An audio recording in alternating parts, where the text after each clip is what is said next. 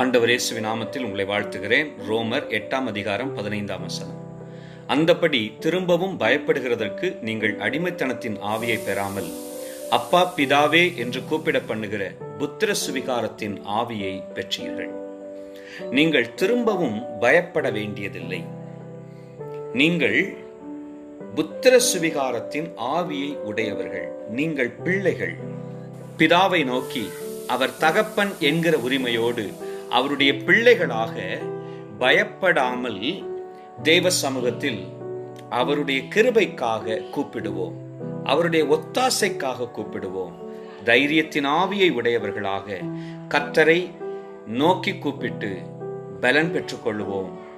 அவர் நமக்கு செவி கொடுக்கிறார் என்கிற தைரியத்தோடு அவரை விசுவாசத்தில் பின்பற்றுவோம். கர்த்தர் உங்களை விசுவாசத்தில் தைரியமாய் நடக்க பண்ணுவாராக. Praise the Lord.